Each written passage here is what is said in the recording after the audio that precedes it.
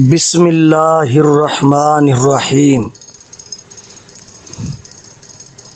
افطاری کرنے کے لیے اور سحری کھانے کے لیے باوضو ہونا ضروری نہیں ہے۔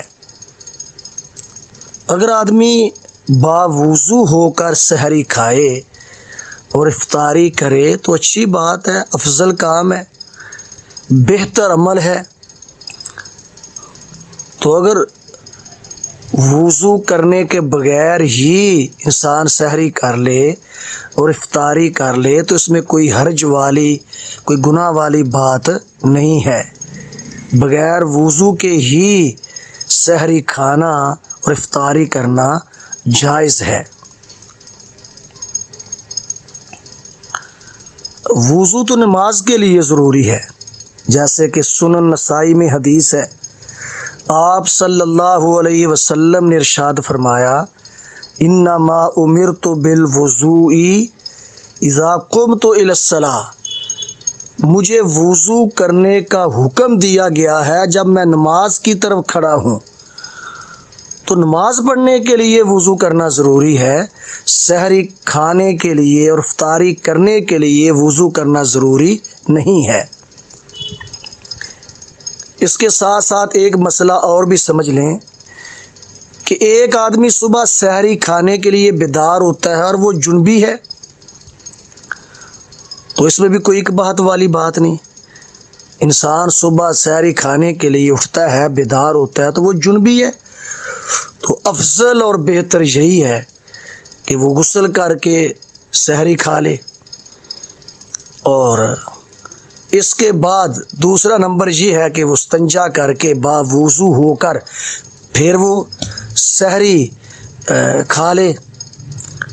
اور تیسرا نمبر جو ہے وہ یہ ہے کہ اگر اس کے پاس وقت نہیں ہے یا وقت ہے بھی، وہ ہاتھ دھو کر وہ سحری کھا لے اور نماز سے پہلے غسل کر لے، تو یہ بھی جائز ہے، اس میں بھی کوئی گناہ والی، قباحت والی بات نہیں ہے۔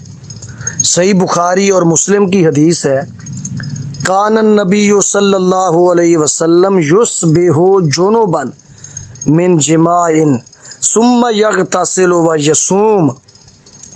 آپ صلی اللہ علیہ وسلم صبح کے وقت بیدار ہوتے سحری کھانے کے لیے، روزہ رکھنے کے لیے، تو جنبی ہوتے، تو بیدار ہو کر غسل کرتے اور روزہ رکھتے۔ تو اس میں کوئی قباحت والی بات نہیں ہے کہ انسان صبح روزہ رکھنے کے لیے اٹھا ہے تو جنبی ہے۔ سب سے افضل کیا ہے کہ وہ غسل کر کے روزہ رکھ لے، اور دوسرا نمبر کیا ہے کہ استنجا کر کے وضو کر کے پھر سحری کھا لے، پھر روزہ رکھ لے، اور نماز سے پہلے وہ غسل کر لے، فرضی نماز سے پہلے۔ اور تیسرا نمبر جو ہے وہ یہ ہے کہ وہ سحری کھا لے بغیر وضو کے، بغیر غسل کے، اور فرضی نماز سے پہلے غسل کر کے نماز باجماعت ادا کر لے۔ اس کے ساتھ ساتھ ایک مسئلہ اور بھی سمجھ لیں، اگر آدمی رات کو جنبی ہو جاتا ہے، سونے سے پہلے رات کے اول حصے میں یا رات کے درمیانی حصے میں جنبی ہو جاتا ہے، وہ جماع سے یا احتلام سے، تو اس کے لیے بھی سب سے افضل یہ ہے کہ وہ غسل کر کے پھر سوئے۔ اور دوسرا نمبر کیا ہے؟ استنجا کر کے اور وضو کر کے سوئے، جیسا کہ صحیح بخاری میں حدیث ہے، سیدنا عمر بن خطاب رضی اللہ تعالیٰ عنہ نے سوال کیا، دریافت کیا اللہ کے رسول صلی اللہ علیہ وسلم سے، کیا ہمارا ایک سو سکتا ہے اس حال میں کہ وہ جنبی ہو؟ فرمایا ہاں، وہ سو سکتا ہے اور وہ وضو کر لے، یعنی وضو کر کے پھر سوئے۔ لیکن وضو کر کے سونا ضروری نہیں ہے، یہی روایت اور حدیث صحیح ابن خزیمہ میں ہے۔ آپ صلی اللہ علیہ وسلم سے پوچھا گیا، سوال کیا گیا، کیا جنبی آدمی سو سکتا ہے؟ فرمایا ہاں، اور وہ وضو کر لے اگر وہ چاہے۔ اس سے معلوم ہوتا ہے کہ وضو کر کے سونا فرض نہیں ہے، اچھا کام ہے، بہتر کام ہے کہ استنجا کر کے وضو کر کے سو جائے۔ اگر بغیر استنجا کرنے کے، بغیر وضو کر کے سو جائے اور صبح فجر کی نماز سے پہلے غسل کر لے تو یہ بھی جائز ہے۔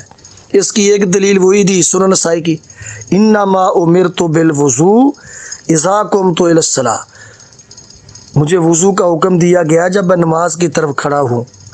اور دوسری اس کی دلیل یہ ہے، سنن ابی داود کی روایت ہے، کان النبی صلی اللہ علیہ وسلم ینام وہو جنوب ولا یمس ماء، کبھی کبھار آپ جنبی ہوتے تو پانی کو ہاتھ لگانے کے بغیر ہی سو جاتے۔